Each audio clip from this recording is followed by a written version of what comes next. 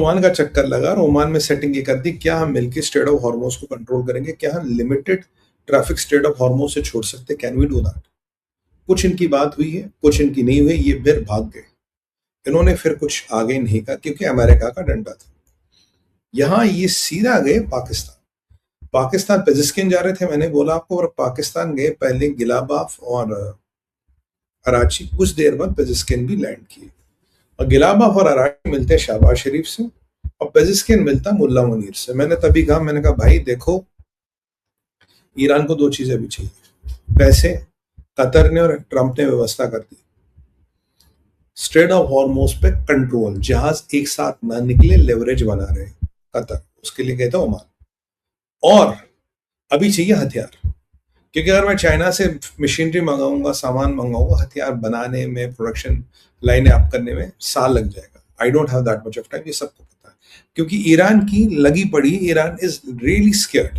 Iran को पता Trump का पारा कभी भी घूम जाएगा और इजराइल किसी के बाप की नहीं सुनेगा, ट्रंप की भी नहीं सुनेगा। ये ईरान की कैलकुलेशन और ईरान के एमओएस की कैलकुलेशन है। इनफैक्ट पूरी उम्मत को ये डर लग रहा कि इजराइल क्या करने वाला है, और इजराइल के डर से इन्हें पहुंच गए पाकिस्तान। और जो हमारा कल मेरा एस्टिमेट था, आज पूरी खबर आई है, और खबर यह है कि जी पाकिस्तान के साथ है कि मिलिट्री कॉपरेशन कर रहे हैं। अब एक मिलिट्री एग्रीमेंट की बातें नहीं हो रही, मिलिट्री कॉपरेशन की बातें हो रही है। और आप जानते हैं कल शहबाज मियां कह रहे थे, ईरान की जीत हमारी जीत, और ईरान की जीत उम्मत की जीत, और उम्मत की जीत हमारी जीत। वहां पेजिस्किन कह रहे भाई सारे मुसलमानों को एक साथ आना चाहिए और एक मुस्लिम कंसोलिडेशन करना चाहिए, कि वो अभी दुनिया में जरूरत है मुस्लिम कंसोलिडेशन की।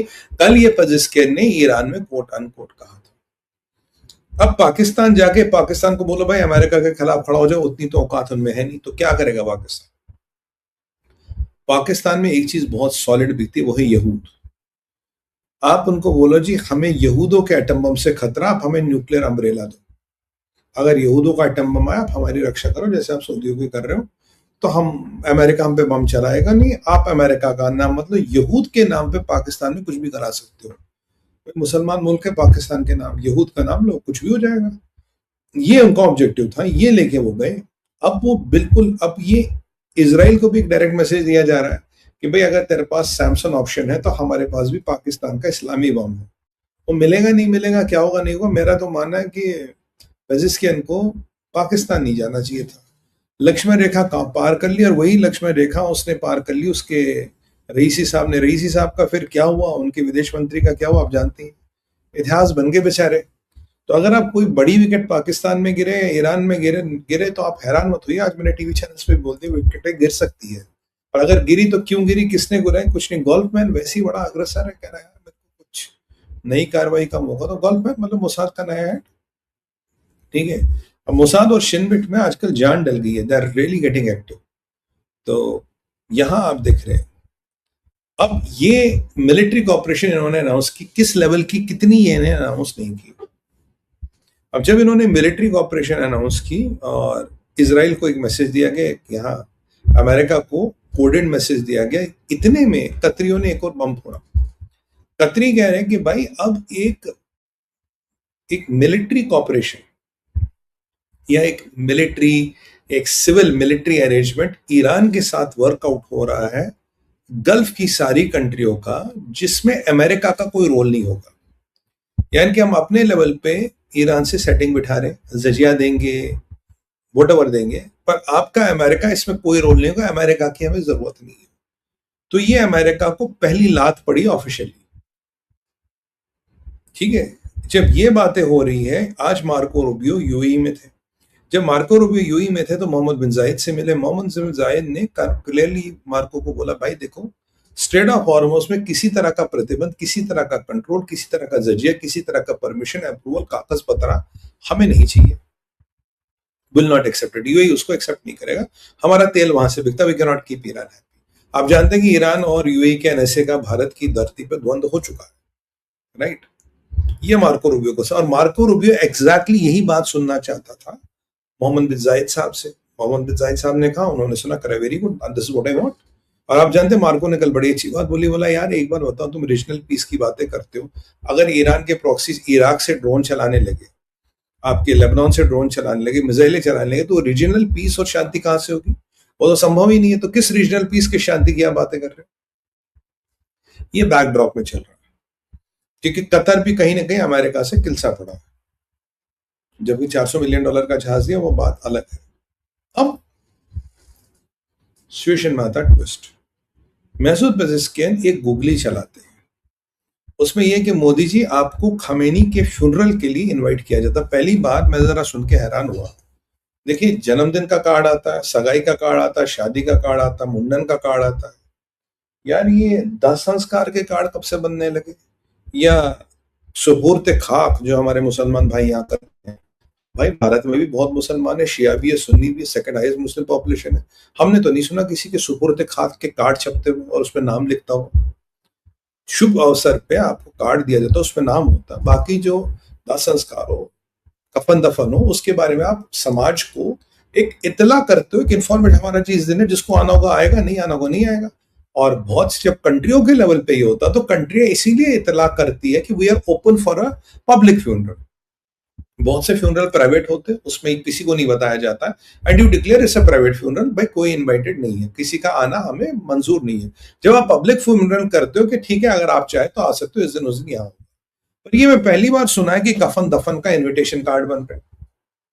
अब हम बोलोगे कि मोदी जी को बुलाने का अभिप्राय क्या? Why does Iran want to call Modi? अब मैं आपको इसके समीकरण बताऊंगा। ये ब्रेन चाइल्ड है तैयब अर्दोगन का, और इसमें तड़का लगा पाकिस्तानियों ने, क्योंकि पाकिस्तान जानता है अल्टीमेटली कंट्रोल किसके पास है? ट्रंप के पास। जेडी को पटा के आपको शायद हाई टेबल पे सीट मिल जाए, पर हाई टेबल पे आपका काम होगा नहीं होगा ये नहीं पता उनको। They know it very well. Qatar का डायरेक्ट एक्सेस ट्रंप के पास है, क्योंकि कतर के पास पैसा है। तो तैयब अर्दोगन ने एक नई चाल सोची। जेमिसन ग्रीर, जो ट्रंप का number 1 trend representative ambassador Bharat में है, पीयूष गोयल जी के साथ लास्ट नेटिग्रिटीज पे वर्कआउट कर रहा है कि भारत और उसका अरेंजमेंट कब होगा, when will the trade deal happen, when will it fructify, when will the things happen. पहली बोला इट्स ऑलमोस्ट देयर, यूरोप के साथ हमारी हो गई है।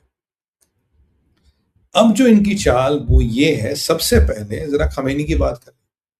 खमेनी ने ट्वीट किया था कि गाजा में इजराइल मुसलमानों पर जुल्म कर रहा है और यहाँ भारत मुसलमानों पर जुल्म कर रहा है, कश्मीर में।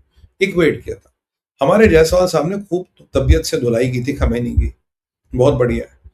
जब भी इंडिया पाकिस्तान वॉर हो उसने पाकिस्तान का समर्थन नहीं, और ऐसे anti India propaganda, anti India tweet ऐसे कई सारे खमेनी कर चुका है। तो खमेनी कोई हमारा दोस्त नहीं है। खमेनी भी आप जानते हो जिहादी किस्म का लीडर था, और you know what Khamenei is, right? What Khamenei was. तो खमेनी कोई भारत का दोस्त नहीं था, वो एक कम्युनल लीडर था, और he had no good intentions about Bharat. और भूलिएगा मत, यहूदों के बाद हनूदों का नंबर भी है इस लिस्ट में, नंबर 3 पे।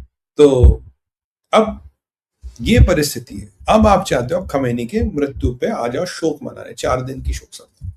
पहली बात, जब खमेनी की मौत हुई, अटैक में एलिमिनेट किया गया, मोदी जी ने एक लाइन नहीं बोली। 2-3 दिन बाद जयशंकर साहब जाके एक लाइन लिखा है, मिश्रण जी ने कुछ एक लाइन लिख दी।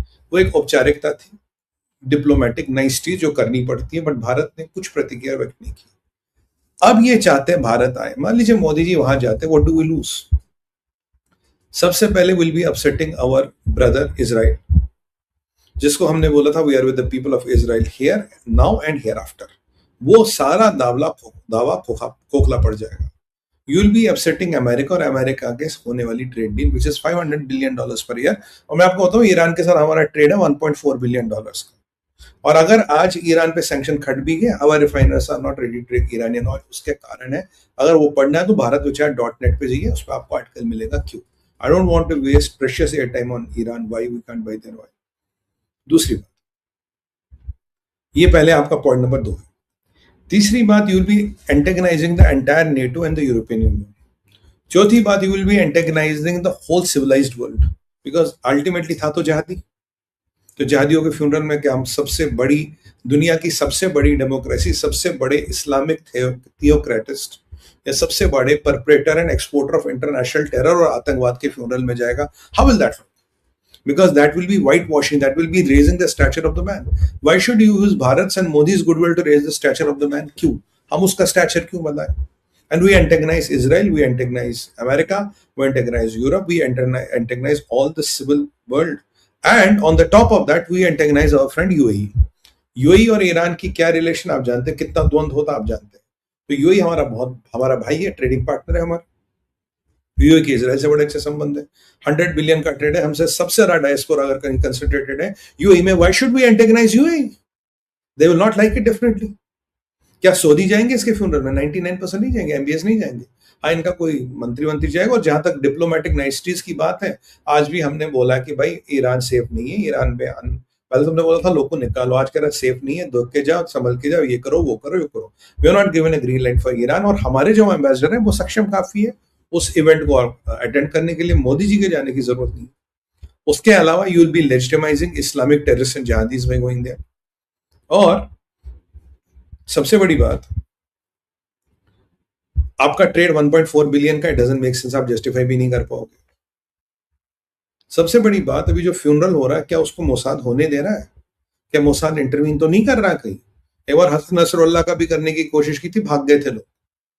तो जब you don't even know the funeral is going to happen and Mossad is going to intervene or not, Israel is going to intervene or not, तो ऐसे में भाई हम क्या करेंगे वहां जाके?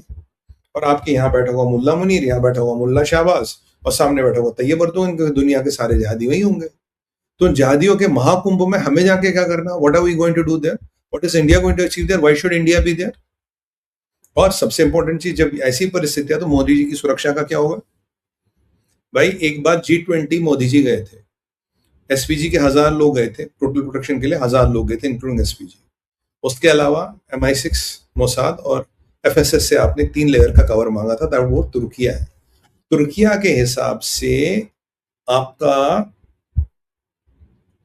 ईरान इज हेल, तुर्किया जन्नत है, अगर मैं सिक्योरिटी सिचुएशन देखूं। तो अगर वहां मोदी जी सुरक्षित नहीं तो ईरान में कैसे सुरक्षित होंगे? And knowing anything can happen there.